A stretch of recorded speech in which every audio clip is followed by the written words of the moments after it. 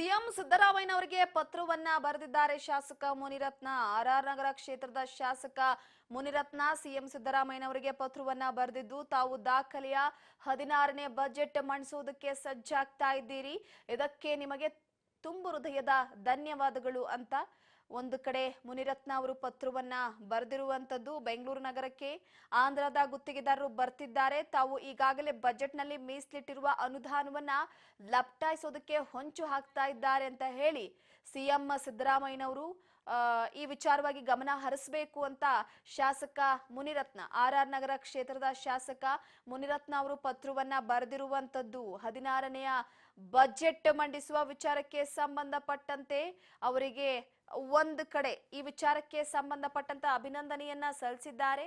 ಅದರ ಜೊತೆಗೆ ಬಜೆಟ್ ನಲ್ಲಿ ಮೀಸಲಿಟ್ಟಿರುವ ಅನುದಾನವನ್ನ ಲಪ್ಸಾಯೋದಕ್ಕೆ ಹೊಸ ಹೊಂಚು ಹಾಕುವ ವಿಚಾರಕ್ಕೆ ಸಂಬಂಧಪಟ್ಟಂತೆ ಮುನಿರತ್ನ ಕಾಮಗಾರಿ ಗುತ್ತಿಗೆ ಪಡೆಯುವುದಕ್ಕೆ 12% ಹಣ ನೀಡುತ್ತಿದ್ದಾರೆ.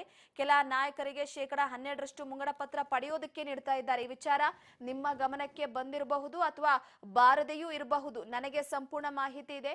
ಬೆಂಗಳೂರಿಗೆ ಮಸಿ ಬಳಿಯುವಂತ ಕೆಲಸ ಆಗಬಾರದು, ಹೀಗಾಗಿ ಬೆಂಗಳೂರಿಗರಿಗೆ ಹೊಸ ಉಸ್ತುವಾರಿಯನ್ನ ನೇಮಿಸಿ ಸಿಎಂ ಸಿದ್ದರಾಮಯ್ಯನವರಿಗೆ ಪತ್ರವನ್ನ ಬರೆದಿದ್ದಾರೆ ಶಾಸಕ ಮುನಿರತ್ನ.